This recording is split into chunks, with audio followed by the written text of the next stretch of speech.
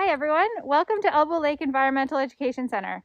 I'm Emily Verhoek, the Outreach and Teaching Coordinator for the Queen's University Biological Station. And I'm Zolderdo, the Operations and Stewardship Manager. Today we're going to teach you about some ice safety as well as ways for you to get on the ice and ice fish yourself. Stay tuned and I hope you enjoy.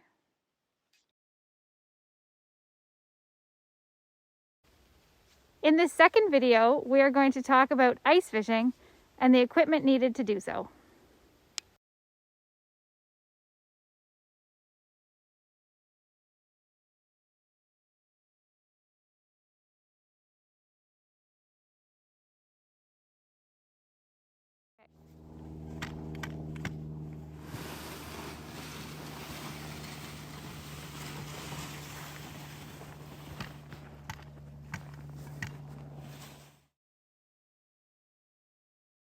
All right, so there's a few different options for punching holes into the ice that you can fish from.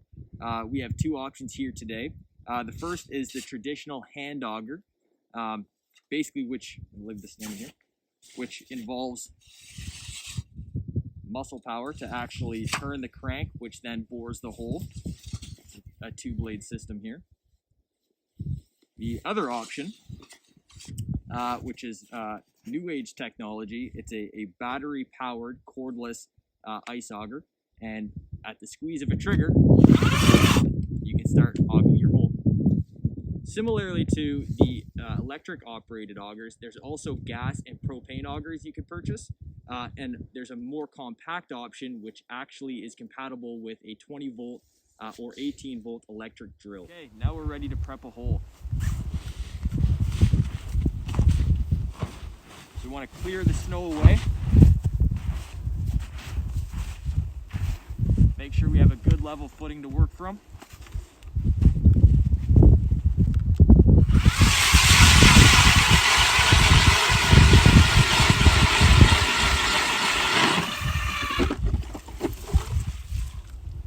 Okay, so once we're all the way through, we're going to set our auger down,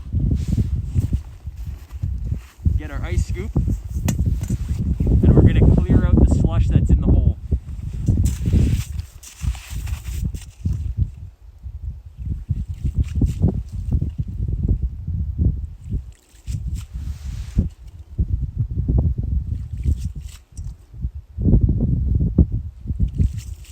And now we're ready to fish. Okay, now that we've established an area that we want to fish, we've got our hole drilled. We've also gone ahead and put out 4 safety cones.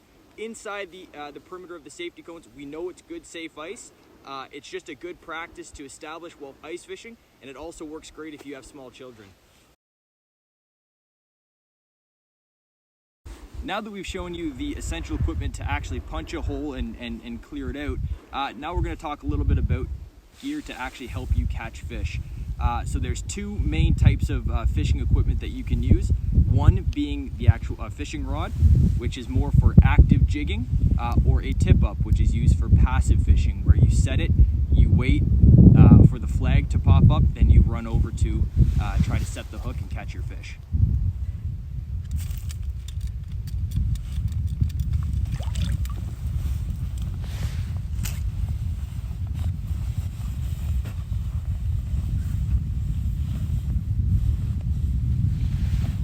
Some other comforts to consider to bring with you when you head out onto the lake include things like a cushion to sit on or a chair to sit on. This keeps you up, elevated out of the snow, keeps you warmer, keeps you happier, keeps you fishing longer.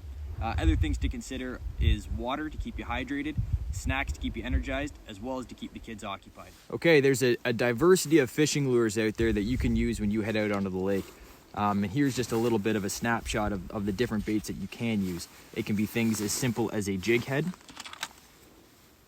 tipped with either artificial bait or live bait, or it can be something a little bit more complex, such as a hard body lure with a treble hook and a big flashing spoon. So it's always important to make sure that you use the correct bait for the fish that you're fishing for. So there's a tremendous amount of live bait options out there as well for you to use when you go ice fishing. What we recommend is to use a bait that's already pre-packaged, not alive, and has been disinfected This way you don't transmit potential disease or invasive species into different water bodies. Okay, so now that we've selected the bait that we'd like to fish with, we're going to go ahead and drop our bait down the hole, and we're going to start to jig for fish. Also note that we'll put links in this video to help you find a good video to tie a knot so your hook does not fall off. So we're going to place our bait in the hole. We're going to open the bail of the fishing rod, feed the line out,